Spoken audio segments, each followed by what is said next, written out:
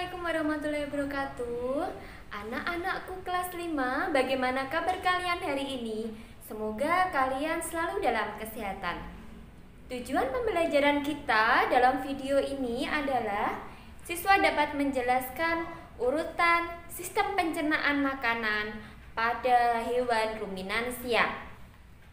Ya anak-anakku, sebelum kita belajar, marilah kita berdoa senantiasa berharap kepada Tuhan Yang Maha Esa agar kita semua selalu dalam kesehatan. Berdoa dimulai. Selesai? Anak-anak, hampir setiap hari ketika kalian melihat iklan di televisi, kalian melihat adanya iklan susu. Ya, susu merupakan minuman yang sangat sehat karena kalian pasti sering mendengar yang namanya istilah 4 sehat, 5 sempurna. Adapun yang menyempurnakan bahan makanan yang masuk ke dalam tubuh kalian adalah susu.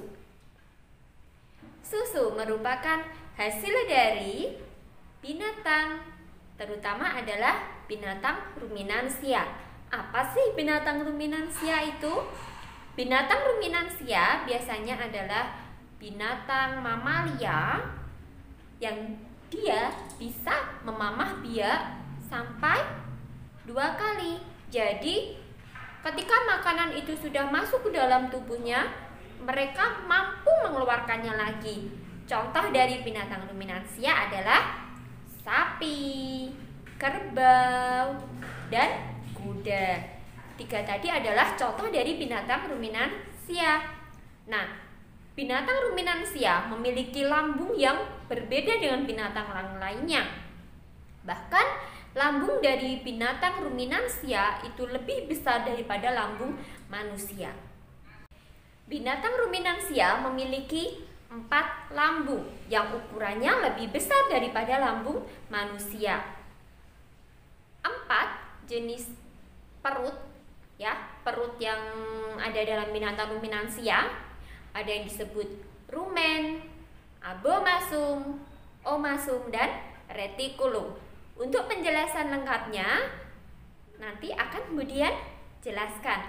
Ya, sebelum Budian jelaskan, Budian akan tampilkan gambar dari perut yang ada dalam binatang ruminansia. Silahkan dilihat.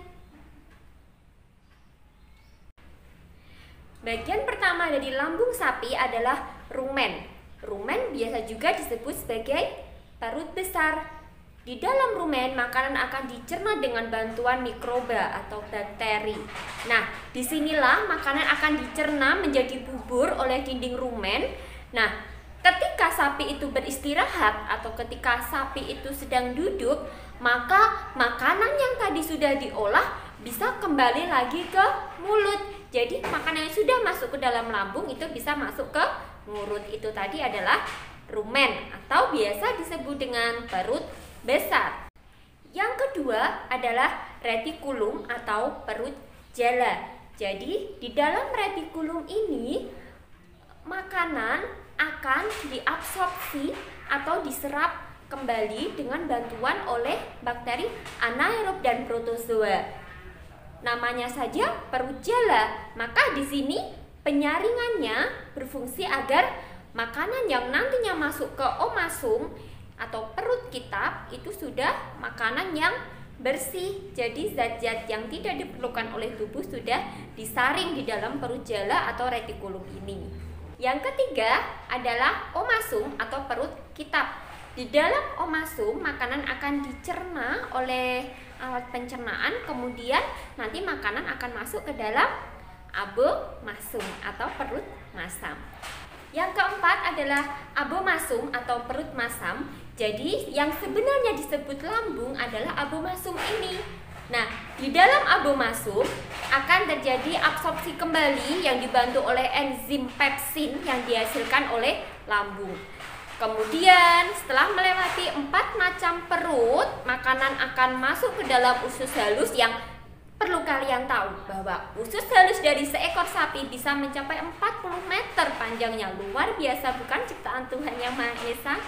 Nah, dari sinilah proses perjalanan makanan dari sapi atau dari binatang-binatang ruminansia yang lain. Demikian penjelasan Budian dari materi ini ya, tentang urutan sistem pencernaan makanan pada binatang ruminansia. Ya, tadi makanan dari mulut, kemudian dia masuk ke dalam 4 perut tadi yang sudah Budian jelaskan ya. Itu bisa dilihat di tulisan ini. Setelah itu masuk ke usus halus, dan baru sisa-sisa dari sistem pencernaan itu dikeluarkan oleh sapi atau binatang ruminansia melalui anus.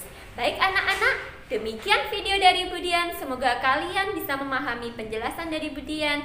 Akhir kata, tetap semangat dan wassalamualaikum warahmatullahi wabarakatuh.